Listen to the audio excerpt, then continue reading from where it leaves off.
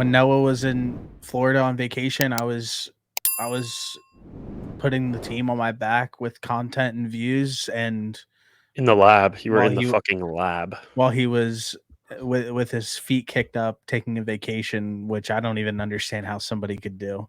But welcome back.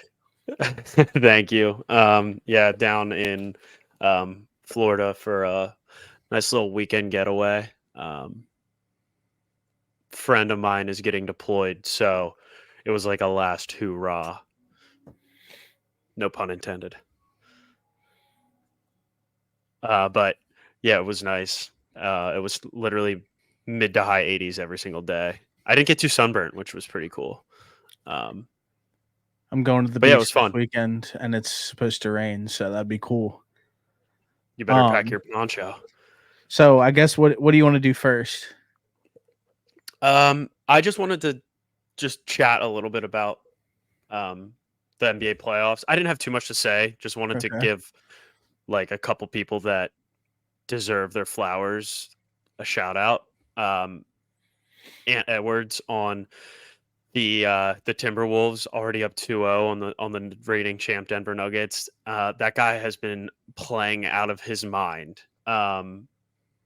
He's turning if you didn't consider him a superstar going into the playoffs, he's cementing himself as a superstar in the NBA with how well he's been playing these playoffs.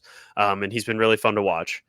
They actually look like a team that could win an NBA championship, but the job's not done. And I don't think you can ever count Denver out. Another guy that I've really enjoyed watching is Jalen Brunson on the Knicks. I think he's put up 5 straight 40-point games and has also been playing out of his mind.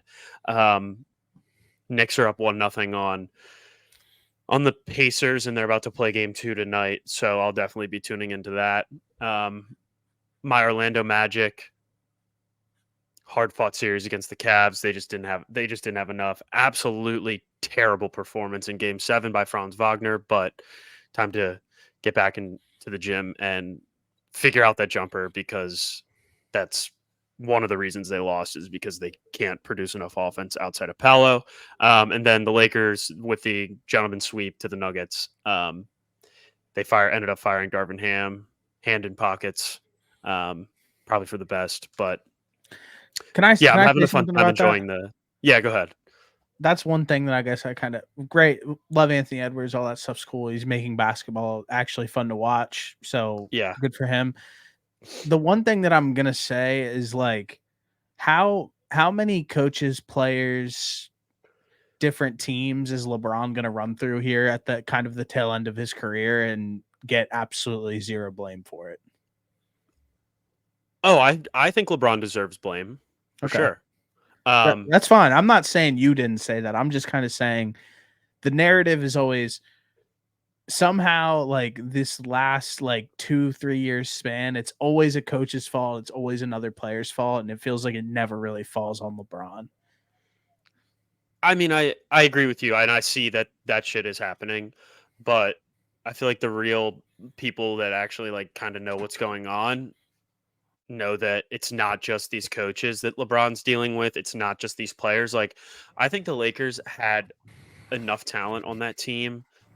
Um, to win. I think they were poorly coached regardless, but at the end of the day, like, it's still the players that are going out there and playing. And LeBron's smart enough to know, like, he has a high enough basketball IQ. If you've seen any of the um, JJ Redick, him and JJ Redick podcast, clearly he's one of the most intelligent basketball players to ever play. So it's not like he's out there just like not. He is out there. There's so many possessions that he ends up taking off, and then he looks around and is like, "Well, why? What happened there? Why didn't you get this guy when when it was LeBron's guy?" Like, there's plenty of times where there was rebounds or like help defenses and situations like that I've seen that um, were LeBron's fault. And I mean, there's got to be a point where you look in the mirror and say, all right, if I want to win a championship, I've got to play some type of defense, and I can't take this many possessions off, especially if like these teams in the NBA now feels like so much younger and so much more like so much faster, so much more athletic that like you have to be pretty dialed in on both sides and dialed in as a unit to win a championship. Like we saw how dialed in the Nuggets were last season, and we're seeing how dialed in the Timberwolves are, and we're seeing how dialed in the Knicks are. Like those teams play complete team basketball, and that's just what you have to have at this point in the NBA, and you can't just simply rely on being LeBron James. Yeah, tough to listen.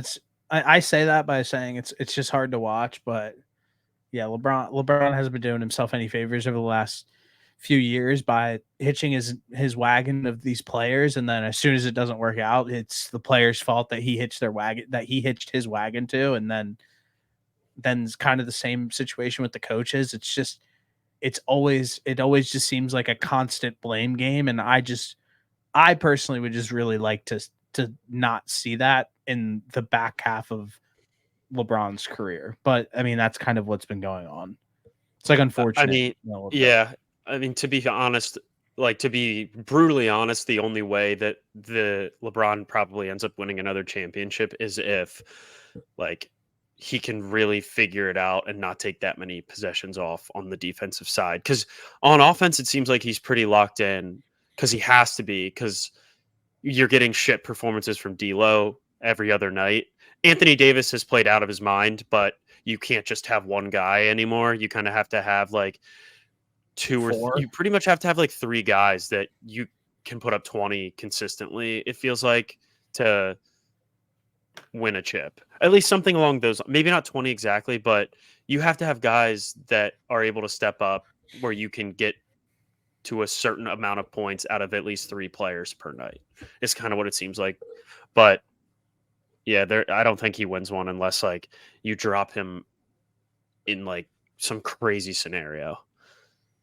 I have no idea, but yeah, RIP. It was a good run with LeBron. It really was. And to be fair, I it does suck that it's kind of going like this, but I've been honestly having a really fun time watching like Ant and Jalen Brunson. Like I said, I think that like obviously Paolo, obviously like I talked about the Magic a decent bit, but those guys, like some of these young guys, are really fun to watch. Shea, super fun to watch. Like I think the NBA is honestly like the passing of the torch has happened, and these young guys are fun to watch. Yeah, anything's better than having to watch the Warriors, but that's just what I think. Agreed. Anything else on basketball? Um, no, not yet. I'll see what happens in these upcoming. Oh, the Clippers just being the Clippers and folding after having like a really good season again. They've like Kawhi, Paul George. They have a stacked lineup, and the fact that they can't make it to an Eastern Conference Finals is crazy. Yeah, the way I look at listen, I don't watch a ton of basketball. I obviously listen to Bill Simmons and Ursillo. So like I by default, I probably even know more than like people who like watch it just by listening to those guys because they talk about Yeah, it at such a high level that like and I yeah, listen to a few other of the shows. I just don't watch the games. But honestly, from the sounds of it and the way that their roster is constructed, those guys are just so old. Like Bill gave a good example the other day. He said he went to the Clippers game, and when they said that they called Paul George's name, they were like, Paul George, year 14. It's like yeah, he's been in the league literally forever. And like he's yeah. had massive injuries, like when his legs snapped in half. So I just think that those guys are old and injured, and I don't know. I don't know if it's time to kind of like reset the clock a little bit for the Clippers, which I think that didn't they re-sign Kawhi to a longer deal? I can't remember. I think they did. Um, which I don't know if I would ever give Kawhi a longer deal because that guy is so unreliable. So the way I look at the Clippers is like it might just be time to reset the clock a little bit with that team and it is what it is, but they're Yeah, old. so yeah, the Clippers just signed Kawhi to a 3-year, $152 million extension. Looks This like season. back at the beginning of the year. So like they're kind of stuck with that, and It's that's not interesting. like basketball is a weird dynamic because it, as opposed to football, like it feels like they're always going to sign that guy and keep the asset rather than in football where it feels like teams are much more willing to not pay a guy and let him walk, um, which is just the dynamic of the sport. But if this was football, there is absolutely no way in hell that a team would re-sign Kawhi Leonard at age 30. Hold on, 32 with this much knee injury history and feel good about them. Like feel good about it. Yeah. Yeah, I mean, I think you're right. And I also think like something that's like a little interesting, like are the teams who are that we're kind of seeing now. Obviously, some guys are transplants, but like the Knicks are kind of all transplants. But these teams that are like homegrown, like the Magic are all homegrown. The Thunder are majorly like all homegrown guys. Like they get Yeah, Shea in there when he was young still and draft a ton of dudes. And the Nuggets, obviously, like they're pretty much all homegrown with their big three that they have. So it does seem like if you can build from within, like the it's kind of reverting to the how like the old NBA was just like get a bunch of star players in the building. But like as of recently, it seems like some of these teams have been kind of been able to figure out the draft, and we've yeah. seen it I in mean, this playoffs. yeah, having just like the cohesiveness to, I mean, then actually the Knicks are not homegrown. Like Brunson At came from all. that from the Yeah. Mavs, but and DiVincenzo was on the Bucks, and like Randall was on the Lakers Lakers, and the and Pellies. and They're the they're not Pelicans. they're not a But good the thing is example. Yeah. they just play so well as a team that, oh, and Josh Hart came from the Pelicans too. But also like they just play so well as a team that it almost makes you feel like they were all drafted there and have been playing together for 5 years, like the Yeah. Nuggets and like, I mean, obviously Shea is not hasn't been there for 5 years, and neither of all those other guys, but like it certainly helps when you're able to just be on a team, be around these guys consistently on a year to year basis and build like that team chemistry. And it seems like it's paying off for um, a lot of these teams. No, definitely. All right. But Well, yeah, that's all I got for aw- NBA talk for today. awesome. Good NBA talk. Now that the dust is kind of settled on free agency, the NFL draft, and kind of everything that has gone on, uh, I texted Noah and I said, let's do our three teams, biggest winners of the NFL offseason and the biggest losers of the NFL offseason. So I will give it to you of who do you want to go first? Do you want to go with a winner, a loser, and then give me your team? Do you just want to rattle off who you had as your winners and losers? I'll rattle off mine, and then we can go from we like you can start. Yeah, I'm just gonna go. Do you just want to start with losers? Yeah. All right. Well, I'll go into my first loser then. So the theme of these kind of of these two teams, the third one doesn't really have a direction. Is the theme is talent going out. The first loser of the offseason are the Cincinnati Bengals. Do you have them as a I winner or did. I loser? did. I had them as a loser as well. Okay. So I'll just Well, fill in the gaps that you don't touch. okay. No So Diddy. so what I'm trying to get at here is I guess I'm going to look at over the course of the last two seasons because of how things have been playing out and this offseason as well. Key departures over the last two seasons. Jesse Bates the third, Chindobe Awuzie, DJ Reader, Tyler Boyd. All of those guys are like kind of, and then a lot more out the door, but those guys are kind of like plus starters. I look at like Tyler Boyd's like a pretty good player as well. Um, so losing those guys and then the guys that they've gotten through the draft kind of like haven't paid out the way that they want to. Pratt hasn't developed the way they wanted to. DJ Turner hasn't developed the way that they wanted to. Dax Hill, So I think that it's interesting that you have all of that talent going out, and then the guys that you've kind of drafted to replace them haven't really lived up to that expectation of like taking the next step, which they could end up doing that, but from what we've seen so far, I think it's kind of been iffy. Another thing, Joe Burrow at this point, we've talked about it before when we did top 10 quarterbacks. His health does not really get talked about. He is a complete liability from a health standpoint. He's missed 2 full seasons already.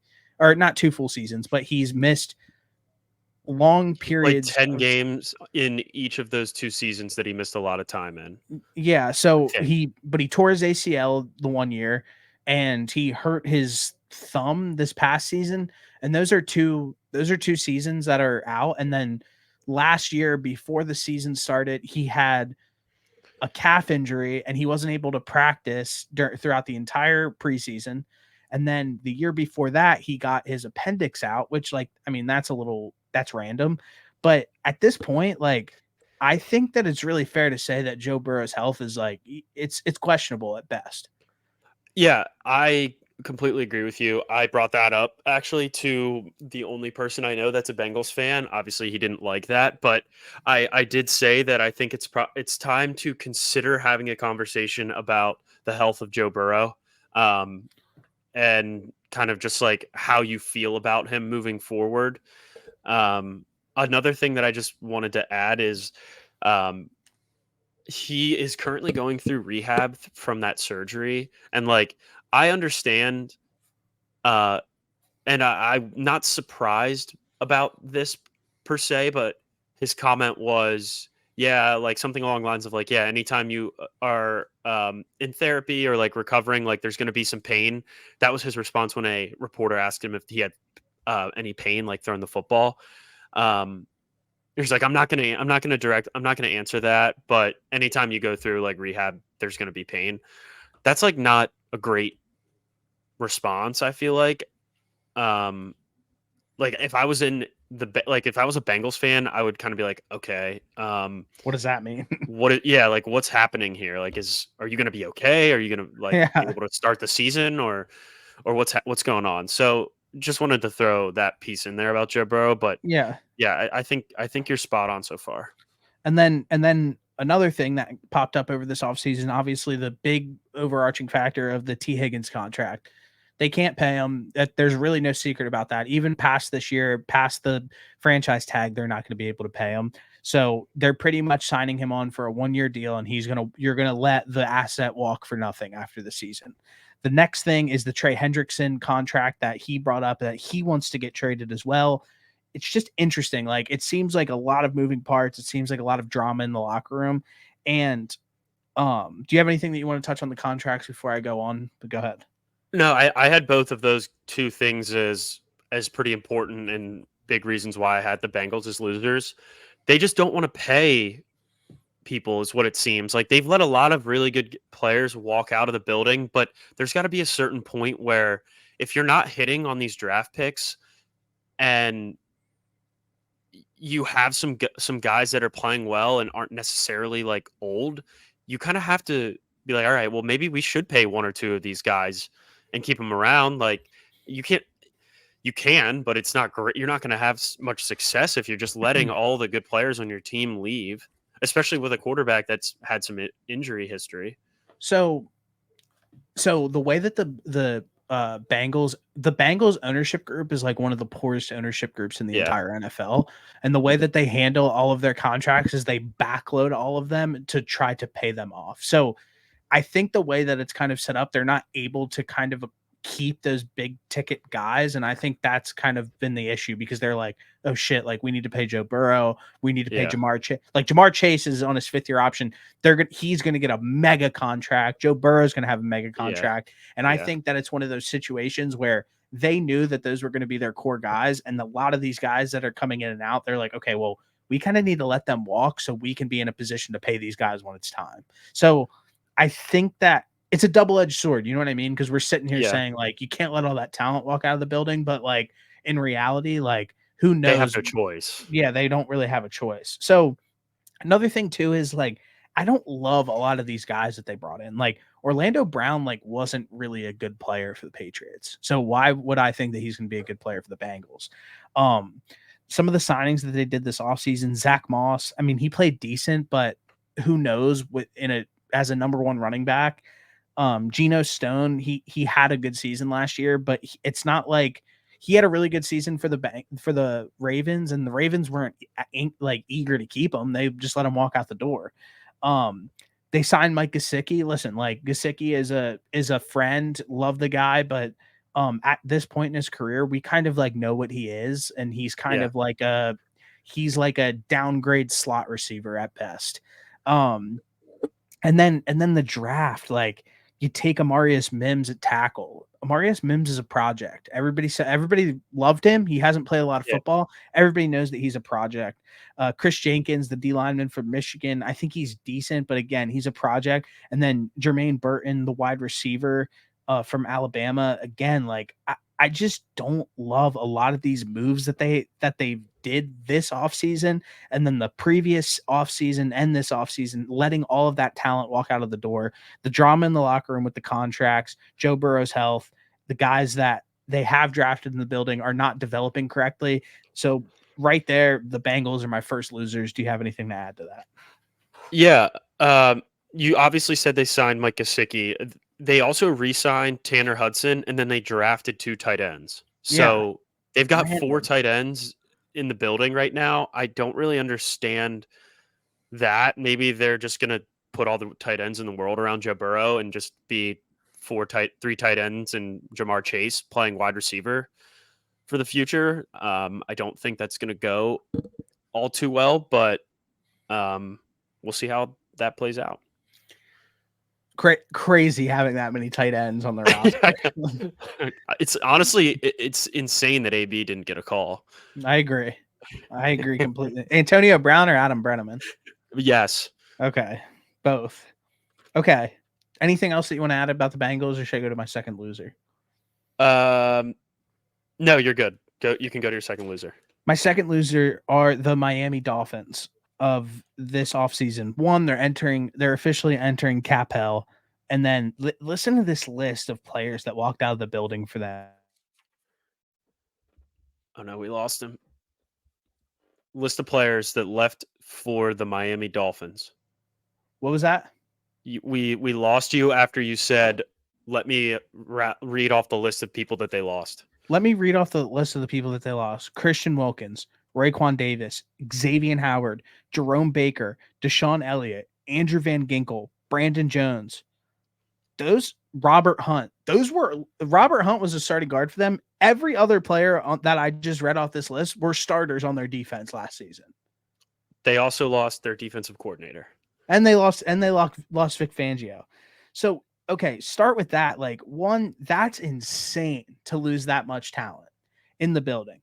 And then this offseason, I just don't love the players that they brought into the building to replace the talent that they lost. So they get Jonathan Harris. Don't love him. Jordan Poyer, he's 33. Shaq Barrett, he's 33. Jonnu Smith, he hasn't really worked out the last few places that he's gone. Jody Forson, and then they signed Odell Beckham Jr. They signed the retirement home this offseason. They did. They didn't have a choice though. They had to fill out their roster with guys like this because of the cap situation that they're in. And then let's go into the NFL draft then. They get Chop Robinson. You like Chop Robinson, but it is no secret that Chop Robinson is a project edge rusher. I think that's completely fair to say. And you had 2 guys like they kind of needed that though because they had 2. They're both of their starting edge rushers were coming off season-ending injuries, which sucks. Yeah, it sucks, but I mean, it's just interesting that like you would think that you would be in a position at that pick, and we talked about it where they were desperately trying to move that pick from inside information. They were calling everybody trying to trade out of the first round because they didn't love where they were at, and then they ended up taking Chop, who was a developmental guy. Then they take Jalen Wright, project offensive tackle, another project. Then they take Muhammad Kamara from Colorado State, a project edge. And then the one pick that I loved was Malik Washington, the wide receiver out of Virginia. And then they go and they sign Odell Beckham Jr., which pretty much in kind of incites to me that they don't really have a role carved out for him at this point, because you're obviously going to play Tyreek Hill, Jalen Waddle, and Odell Beckham Jr. Yeah, the Odell signing felt really unnecessary. It honestly just felt like a vibe signing. Because like wide receiver isn't necessarily a priority for them. Like they did get that kid in the draft that probably should be playing over an Odell Beckham Jr. who's definitely on the back half of his career. So like, but again, they just like He's on the they're in 18th such hole. yeah. He's on the Yeah. fucking green. That guy's done. He's lining up at 17 to tee off. A Um, guy that's been on how many teams the last 4 years? A new team every too year, I many. think. Yeah. And then on top of that, the talent that they have on the roster, one, we loved Devon Achan last season. We play fantasy. We Yeah. saw some of the games he had, but in reality, he's a tiny guy. And on top of it, he did not stay healthy.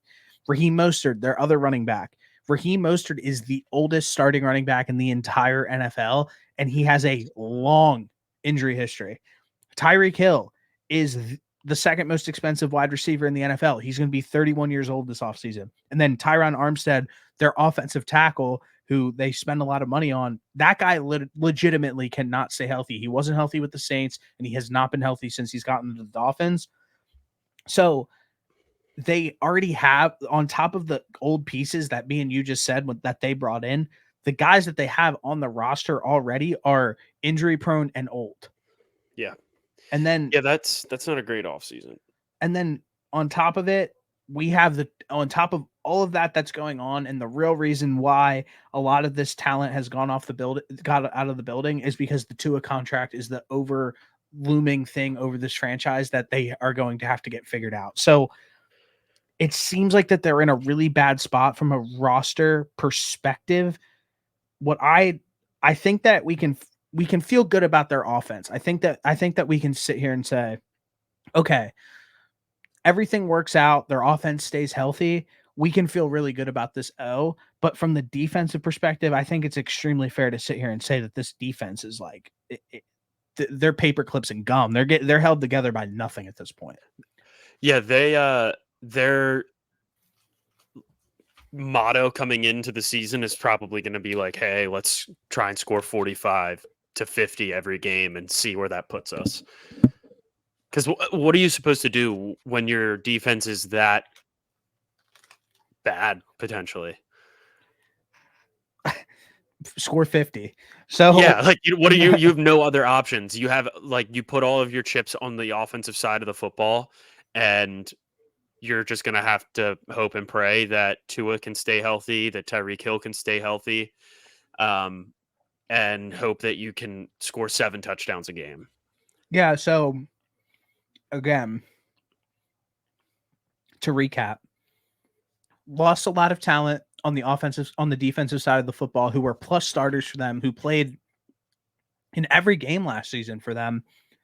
The talent that they added through free agency, we both feel is a little underwhelming and older, even though some of them could be deemed as good players. Like Shaq Barrett and Jordan Poyer played a lot of great football, and Odell, but they're all old. They're all in the back half of their Yeah. career. We both feel you like Chop Robinson. I'll agree with that. I think Chop will probably play good ball for them. The other guys, I feel like, unfortunately, the Malik Washington thing, I feel like he kind of is going to get drained out because of OBJ. And then the talent that they have in the building right now, they're on big contracts, they're old, and they're injury prone. So another loser for this offseason, the Miami Dolphins. Do you have anything to add? Was this one of your teams? No. Okay.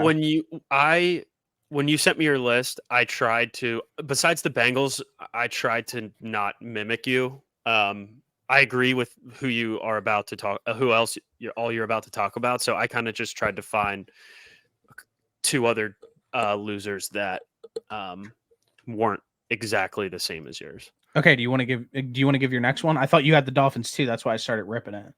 No, I have the Chiefs as a loser. Okay, nice. To start, obviously Super Bowl champs, all this, all that. Um, Already off to a really bad start with your wide receiver one um, getting in a car crash, hit and run, and then getting into a fight with a photographer at a strip club. Yeah, That's not how you want to start off training camp. Um, their additions outside of the draft, like I was looking through this, and I mean, they added Hollywood Brown, they added a backup quarterback, and then just like a bunch of guys that I'm not super familiar with. That I mean, besides Irv Smith, I know that name, but he a lot of these sucks. exactly, but a lot of these other guys, like I'm just not super familiar with, and probably aren't going to make that big of an impact on this team. Um, they did sign Jack Cochran from last year, the linebacker, who I thought had a pretty good year. So like that's a positive, but I'm looking at their draft right now as well, and neither one of us like the Xavier Worthy pick. Um, I mean, I'm indifferent about their second round offensive tackle Kingsley Samataia. They drafted another tight end that puts them with four tight ends on the roster, and then Interesting. just a bunch of other guys that I'm just really not sold on. They added another safety, and that puts them at four safeties. They did try to add some guys along the offensive line. They took Hunter Norzad from Penn State, and then they took a kid, CJ Hansen from Holy Cross. But like, uh, I don't know. I just didn't really love a lot of the things that they've done so far this offseason, starting with the Rashee Rice incident. And on top of all of that, they lost an absolute lockdown corner in Rashee Rice. So it seems like they're just hoping that. L'Jarius Sneed. What did I say? You said Rasheed Rice. Sorry. Yeah, Okay. they lost their lockdown corner in L'Jarius Sneed. Um, yeah, so which he was phenomenal, and they didn't want to pay him, so they franchise tagged him and then moved on from him. So Can who we? knows? They could be really good. They could still end up being really good. Like they still have Mahomes, but so far I don't really like what I've seen from this Chiefs team this offseason. Yeah, I'm one first and foremost. I'm jealous I didn't have the Chiefs because that's a good zag. Um, two, I have a report here that I thought was interesting. Scouts nightmare. Rasheed Rice, wide Yep. receiver, Southern Methodist, has size, speed, athletic ability, and production.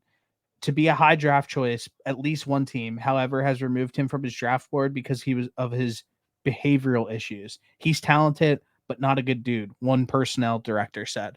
I think that we take a moment and we kind of talked about this a little bit where some of the unfair like characteristic overviews that people feel that the players get when they're interviewing for these jobs. You're getting interviewed to be a part of $1 billion organization, and they're committing years of a contract and millions of dollars towards you.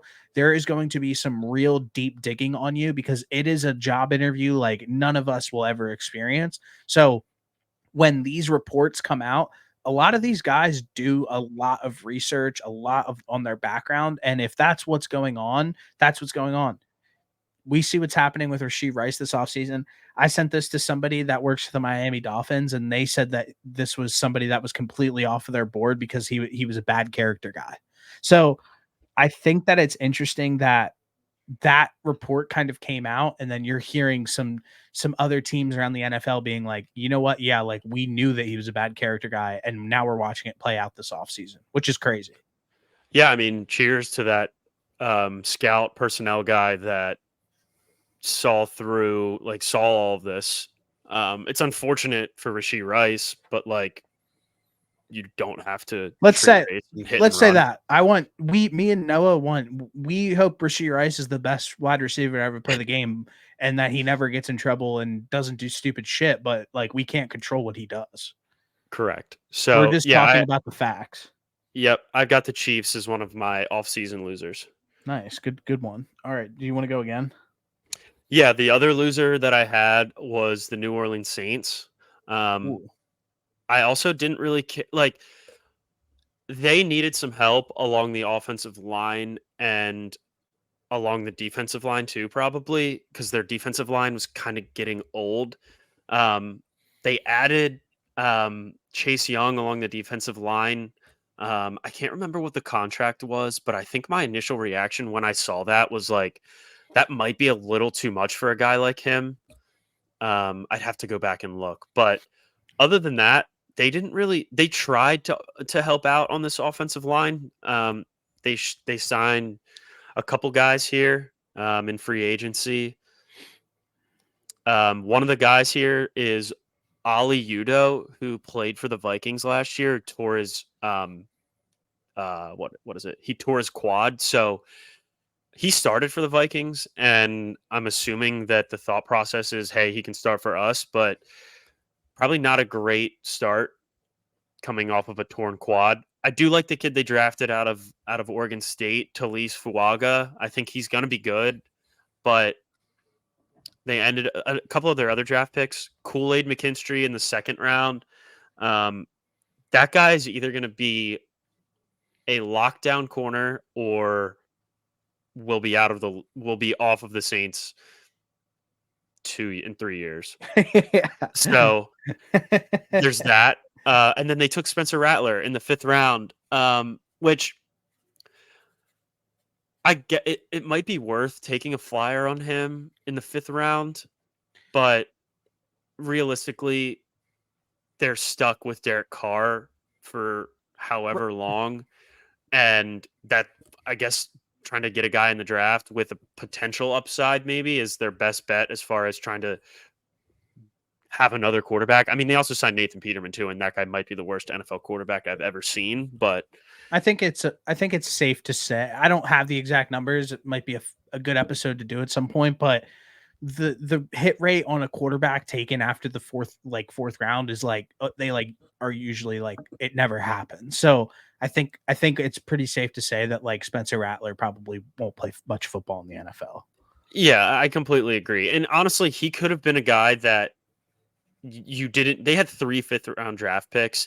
He's probably not even a guy that you need to draft. Like if you pick somebody else in the fifth round, you probably stand a better chance of getting value out of him than a fifth And a round quarterback. Spencer than a fifth round Spencer Rattler. I Yeah. completely agree with that statement. So I it's to me, if I'm the Saints and I see Spencer Rattler sitting there in the fifth round with some of the other help that they need on offense, um, with some of the other things that they needed to address, I don't think fifth round Spencer Rattler is should have been a high priority. I respect that. So All right. Well, I'll do my last team, and this is specifically for Brady Green. I'm sorry that you have to deal with this franchise. It's not fair. You did get a Super Bowl, but it's unfair what they have done to you up to this point since they've won that Super Bowl. This team just continues to confuse the daylights out of me. It just feels like they have absolutely zero direction. And I'll just start with the quarterback room of Bo Nix, Zach Wilson, and Jared Stidham. One, we talked about this before, but Sean Payton like having like a parade for getting this guy in the building was like a red flag for me for some reason. Like he compared the feeling to when that he had about Mahomes to Bo Nix. Um, he like went into the post draft presser and was like, "Oh, like I was calling around and like that's why the Vikings traded up to 10 because we said that we were going to do that." Just like the smugness and the ego of Sean Payton after everything that he's done to this Broncos franchise, I feel like they haven't gotten better at any position. I feel like the Bo Nix pick is a complete shot in the dark, and if it works, I'll shut up. But I feel pretty safe saying that even putting Bo Nix into this situation, no matter how positive you feel about this, there is absolutely zero talent around this guy. yeah, I mean, Sean Payton better hope that Bo Nix turns into Drew Brees Yeah. is like the only, and that's like the nice way of saying it. Hmm. So, yeah, I mean, I'm right there with you that I don't know what is going on with him and with the Broncos. It just feels like that if Bo Nix does not work this season, like slightly, in my head, I don't see how you don't fire Sean Payton. Listen, I don't like me and you shit on Russ, but at the end of the day, I thought the Broncos kind of had something last season. They won some big games. They didn't look amazing, but like they did some things right. And like if you just keep Russ and you keep the 12th overall pick and add to the team instead of continuing to kind of tear it down, put the team in a bad cap space for this season, not next. But like again, like that utilization of that 12th overall pick was questionable to me. So I don't know. I think that Sean Payton called his shot, and I think that if it doesn't hit, I think it's very safe to say that his job could be in jeopardy. Yeah, I completely agree. What would you consider a season from Bo Nix where if you're the management of the Broncos, you're like, okay, there might be something there. Bro, he would have to like be impressive. Like, I'm not saying that they're in a tough division. I think the Chargers are going to be really good this season. I think the Chiefs will be about around the same or a little bit worse. And I think the Raiders will be around the same or a little bit worse. I still think the Broncos are by far the worst team in that division. So, from a win-loss expectation, not expecting them to win a ton of games, but I want the reasoning why they're losing the games and why they look bad is to not be Bo Nick's fault. Like when we were Okay. watching the Jets and like it was like, holy shit, this is the worst offense we've ever seen in our lives. Zach Wilson does not have a snowball's chance in hell at starting the NFL. Like I'm starting to feel like that could be a real possibility with Bo Nix. Okay. So if it's that bad, obviously, like he's done. I think that if he plays, I don't even have a good comp to be completely honest with you. Um, I like I said, I think that if we can sit there on Sundays and watch the games and be like, you know what, Bo Nix is actually like he's pretty solid and he's surprising a lot of us. And He's showing he some flashes. he's shown some real flashes, and he might have thrown that game losing pick, but he wasn't scared to take the shot downfield and make a play, and like he's playing good football. How about Will Levis when he played last year? Those few games that he started. It's got to be better than that. It Okay. has to be. I Yeah. really do because I don't think Will was that impressive last season. So yeah, I would have to say that it would be have to be better than that because taking him at Bo was also the 12. 12th pick. Yep. He was the 12th pick. Will was the top pick of the second round. So I Yep. think that there's a little leniency there where it's like, okay, like Will's viewed differently. We're viewing this guy as a top 15 pick. We're viewing this guy as I felt this way about Patrick Mahomes, the same way that I felt about Bo Nix. We're talking about the guy that had cleats in his fucking backpack at the workout facility, and Sean Payton thought that was the craziest thing he's ever seen in his entire life. Sean Payton completely planted the flag on this guy. So if it doesn't work, it's just like I think that like it's got to be an above average starter year one. Okay. That's fair. So my Will Levis thing was just trying to get a somewhat of a baseline because I thought Will did show some flashes, but obviously you're going to need more than that if you are taking a guy at 12 and pretty much um, suck him off before he even gets in the building. I'm saying I'm trying to think of a good one. Not Baker because he made the playoffs last season. Um, I don't know.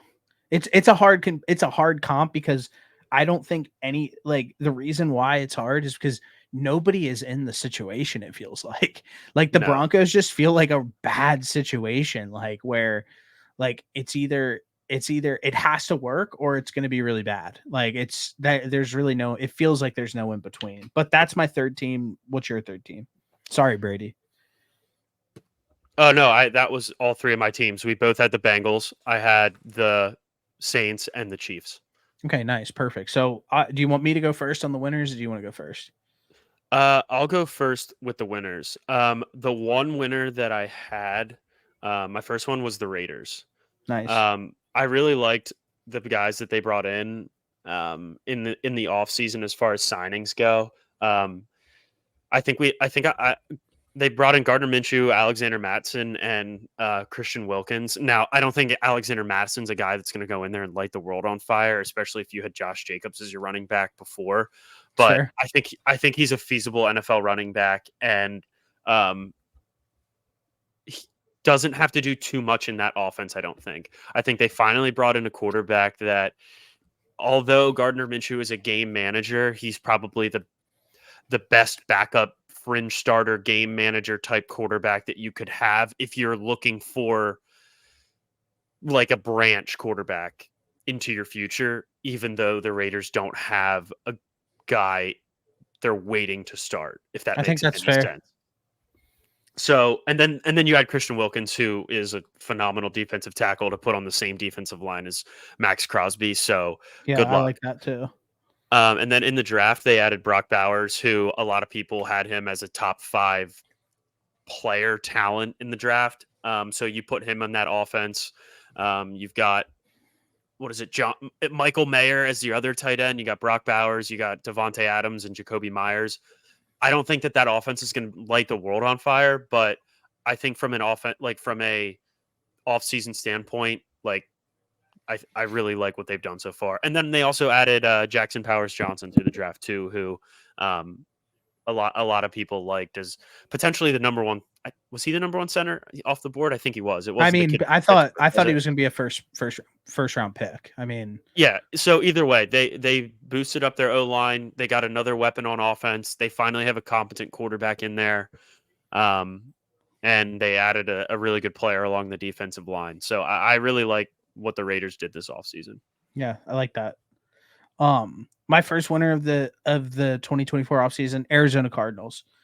Reminder, last season, they won 4 games. 3 of the games they won, they beat playoff teams. The Cowboys, the Eagles on the road, and the Steelers on the road.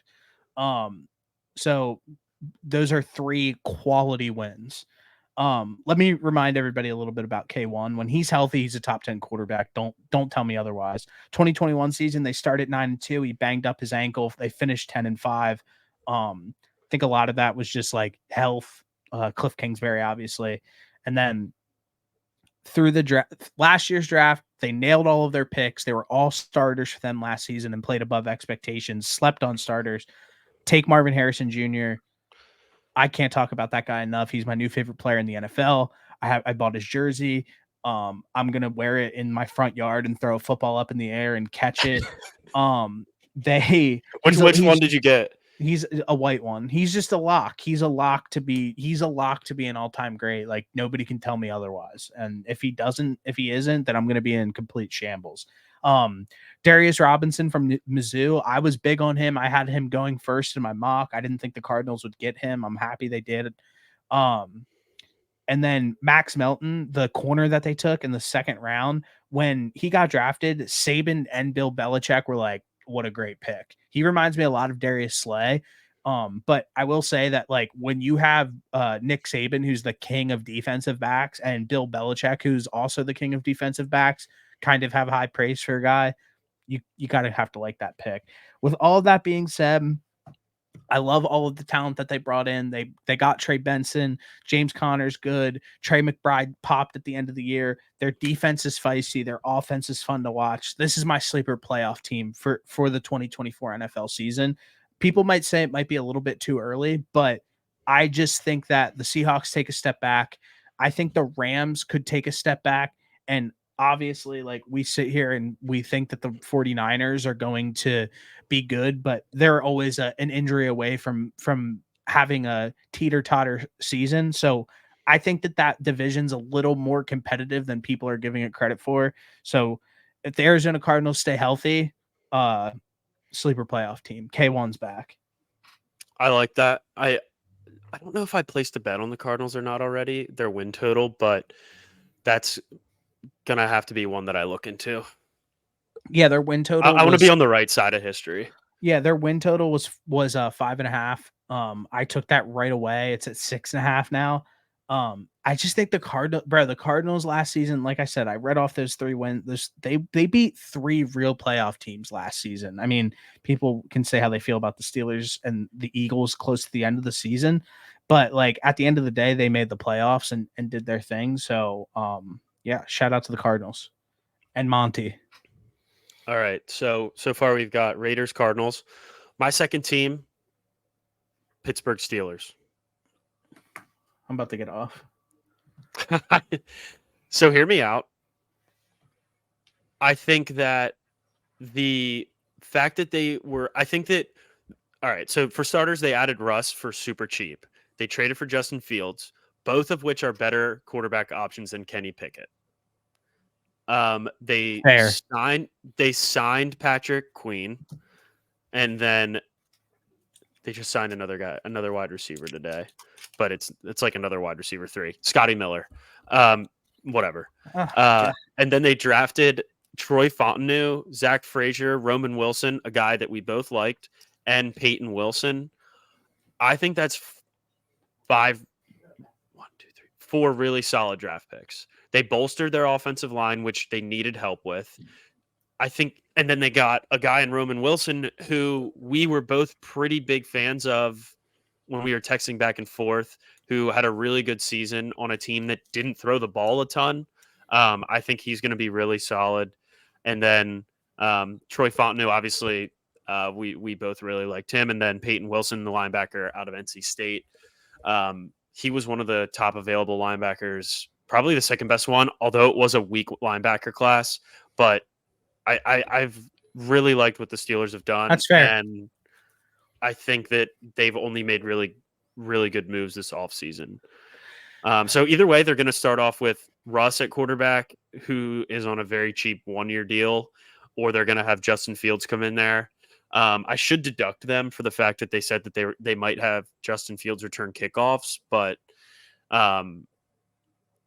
I hope they're smart enough not to do that. Listen, I love that point. I think that their defense is going to be extremely good. I guess the way that I just feel about the Steelers always is just like Russ makes me so uncomfortable. Like even having Russ in the building, like just flat makes me uncomfortable. So I do like that that viewpoint of everything. They did do everything they needed to do in the draft, but damn, like it just feels just having Russ as your quarterback just feels like it sucks. If you're a fan, it's probably really tough. But I'm looking at it from a lens of, okay, they upgraded their quarterback spot, they upgraded their offensive line. Oh, they added Zach Frazier. They added 2 guys that could start right away on the offensive line. True. So they upgraded there. They upgraded their linebackers. Although they traded away Deontay Johnson, I think that it'll be interesting to see George Pickens as a number 1 for an entire season, unless they do some trade that I don't know what has been going on. No one's available rumor wise, but either way, I think they're still probably even, maybe a little worse at wide receiver, but everywhere else it has been a plus for me from these moves. Yeah. No, I think that's completely fair. So yeah, I got the Steelers as my second winner. Okay. My next pick, and it's going to be my Super Bowl pick. I just feel it already. I know it's super early, but it's going to be the New York Jets. This go for broke style of team building seems crazy, but it works. The last decade, we watched the Buccaneers and the Rams have this go for broke style, get a bunch of older guys in the building, trade away the picks, which they didn't even have to do because they've done a really good job of drafting, but getting good, solid, quality veterans in the building, have an older quarterback, and be able to win that Super Bowl. So I think that the first thing is we've seen this style work before, so I don't think it's that outlandish to think it can work again. Next, 7 wins last season, and with legitimately the worst quarterback room I've ever seen in my entire life. And I don't think that that's an exaggeration. I mean, the Broncos might be worse this year. But Yes, but, like, I sat there and said on the last video with the Chicago Bears, like, "Well, the Chicago Bears had 7 wins, and you add Caleb Williams to this situation." Well, you're adding Aaron Rodgers to this situation. So, you add Aaron Rodgers to this situation with the 7 wins last season, they keep the entire defensive core. They add Hassan Reddick. They finally get rid of Zach Wilson. Thank fucking God. I did not want to see that guy in a Jets uniform ever again.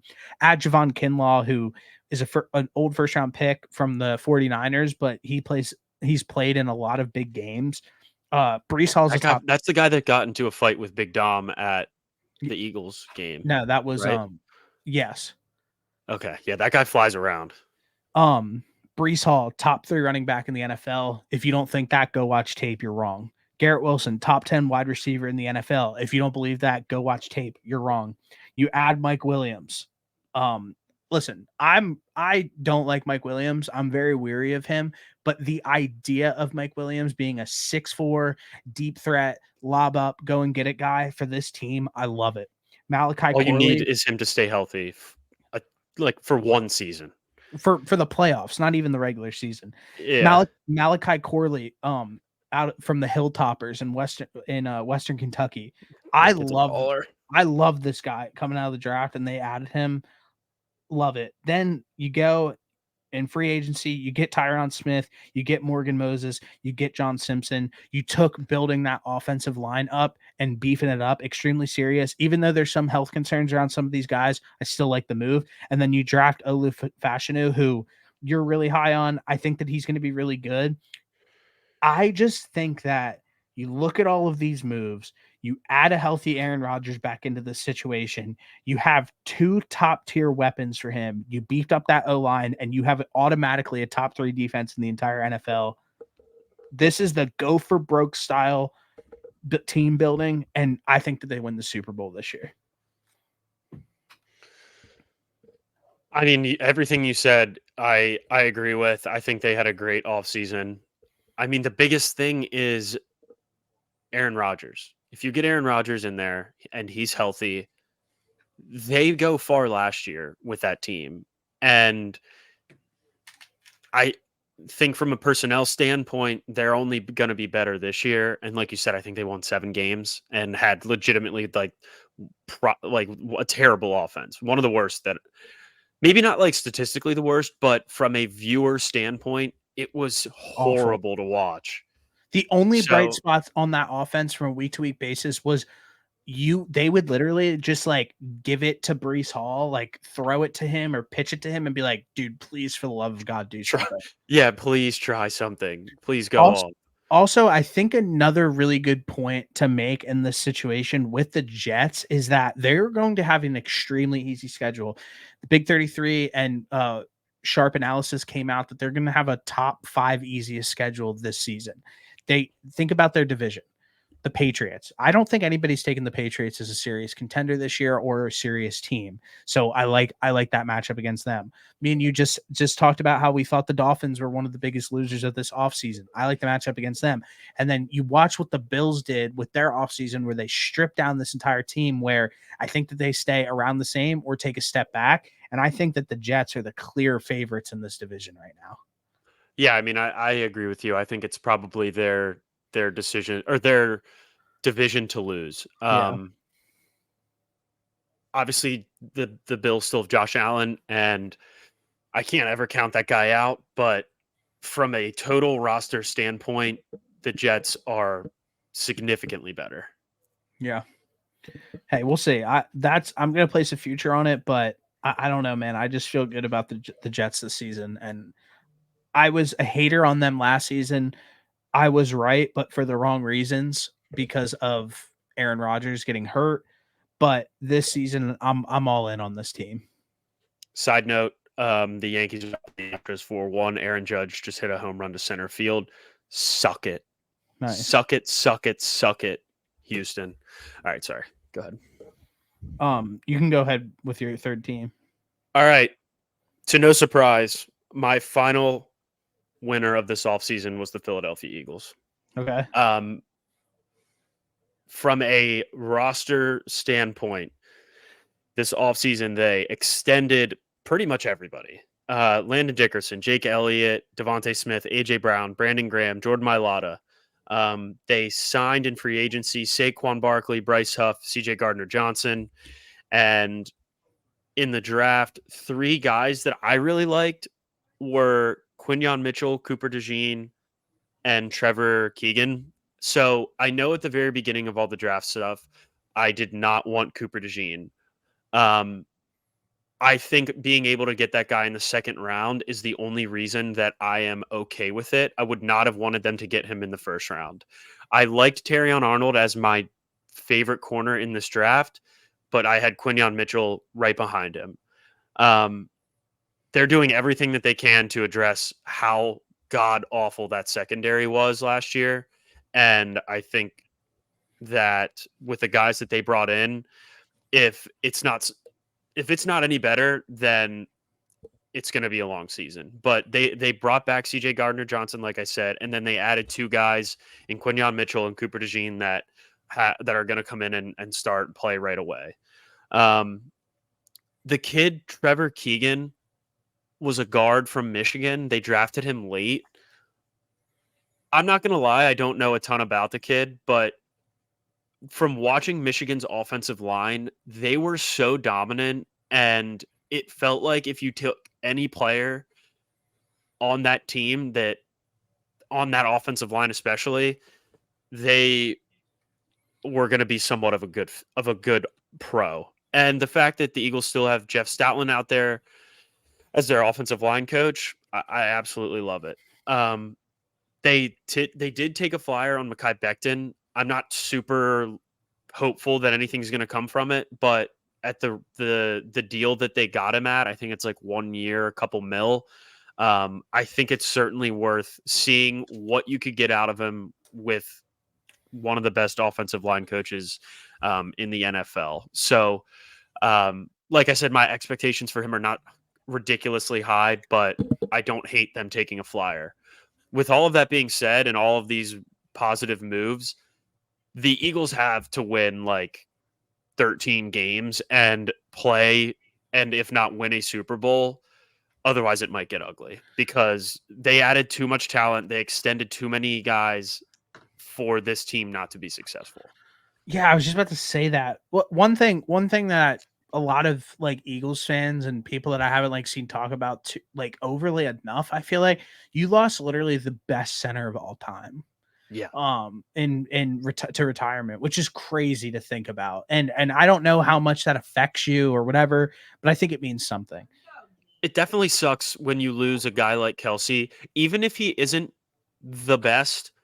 Just the fact that he has meant so much to Philadelphia, um, from like a locker room leadership standpoint, like losing a guy like that, a vocal leader like that, is never going to be an easy thing to replace, no matter who else you have in the building. They also lost Fletcher Cox, another leader on that team, which sucks, but it all it means is somebody else has to step up. So I don't really think you can Another replace Kelsey, but you got to try at some point. another interesting thing is like I thought it was really interesting that Cooper DeJean went from being like a bona fide lock first round pick to kind of falling into the second, and then the Eagles kind of being that team to be eager to trade up for him when there was a ton of other teams that felt there were better D-backs on the board because they were all around the same area. They were all in front of the Eagles, and they all got the guys that they wanted. And one example that I'm saying this is like if the Cardinals were on the board and Cooper DeJean and Bo Melton was there, or Max Melton was there, like Yeah. Max Melton was going to be the pick over Cooper DeJean. So I'm curious from like a league standpoint of like what happened to make him fall. But again, like he could be really good. I think adding him to the team also and having him return these kicks with the new kickoff rule is honestly a big deal. And I think a lot of people are going to start to see this like this season where like picks like that are he's going to impact the game in more than just defense. Like, so yeah, I do like that pick, but it's just I just like am just throwing that out there. I don't have an opinion on it. I just think it's interesting that he fell out of the first like that. So I think what happened is I don't think he met with a ton of teams. Okay. So I think that could probably be why he ended up falling. Also, the injury that he had, coming off an injury, even though it didn't really seem like that affected him a whole lot based off of his like pro day numbers. Um, I feel like it's got to be a hard decision to draft a guy if you've never met him and never had him in your building. And the Yeah. Eagles were one of the teams that he met with. So like I can understand why they were eager to trade up for him and also kind of why maybe some other teams weren't um as eager to take him in the first round. So we'll see what happens. Like I said, I'm glad they were able to take him in the second round rather than the first. I wanted one of Terrion Arnold or Quinyon Mitchell. So um, if they would, my response to them taking Quinyon is I love it. My response to them if they would have taken Terrion is I would have really loved it. So end of the day, I think they got two guys and then CJ Gardner Johnson back in the building. Three guys that are going to come in and really help out that secondary. I mean, it, it was so terrible watching it.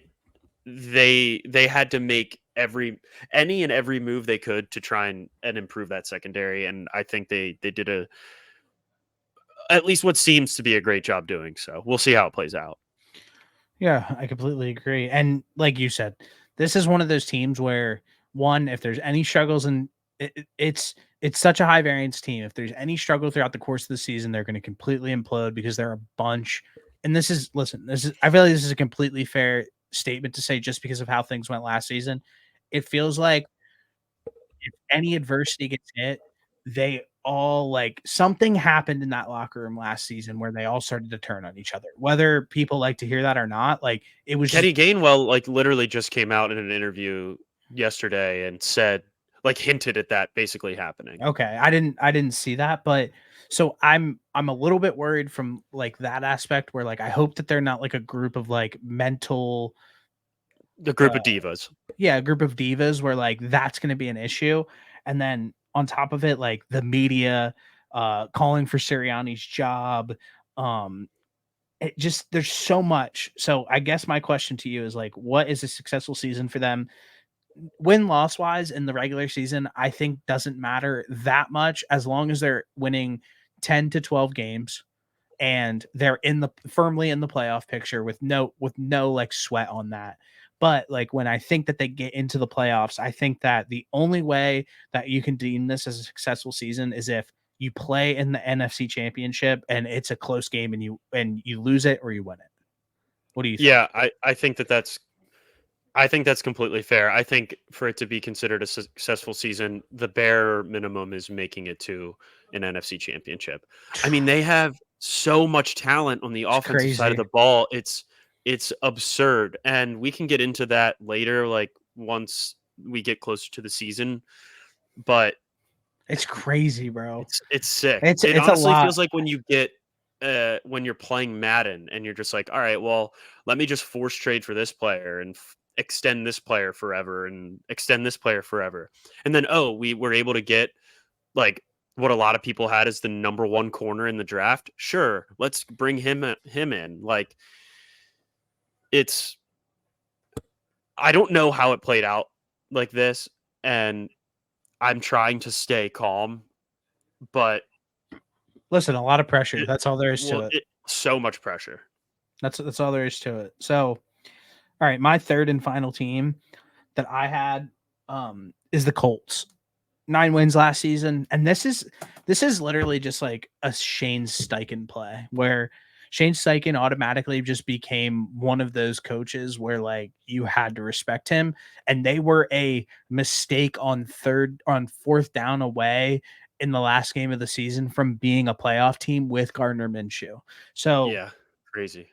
they kind of kept their entire core that they had. They re-signed Michael Pittman Jr. They re-signed DeForest Buckner. They got all those guys in the building. Then during the draft, they get, in my opinion, like, these are the two guys in the draft where if they work out, they're going to be legitimately scary. And that's Liate Latu. They got the two athletic freaks, and then the other one that they got that really stuck out to me was AD Mitchell, where he lands in a perfect situation with Reggie Wayne as his wide receiver coach. So He also doesn't have to step in and be wide receiver one either. he And he doesn't. goes into an offense with a phenomenal offensive coordinator. So Well, I guess offensive minded. like you keep that defense that you had last season. You add Liate Latu, which if he wins defensive rookie of the year, I wouldn't be shocked. You add AD Mitchell, who people thought would be a first round pick. He fell. He's an athletic freak. You get Anthony Richardson back, and then you have Jonathan Taylor in the building. I don't know. I just really like this team. I feel like not that many people are talking about them for whatever reason. But they just keep getting these big athletic freaks in the building who can play football. And I just think Shane Steichen is one of those head coaches that we're going to talk about who's like coveted and is like a genius. So the Colts are my third and final winner of the 2024 offseason. There's probably got to be like a redemption chip on your shoulder type situation if you're Anthony Richardson, like, and Shane Steichen too. Like, you got hurt and your team still won this many games. Like, there's got to be a part of you that's like, hey, I want to go out there and say and prove to everybody, like, I know you guys saw some flashes of some good things before I got hurt, but like, I'm the real deal. Like, I'm going to take this team to the playoffs. I'm going to take us to this next level. And then from a head coaching standpoint, I don't understand the play call that they made at the end of that game. And that's going to be sitting with him for has to still be sitting with him from this entire offseason. So there's got to be a part of him that's like, I want to get my lick back. Yeah, So I could see that.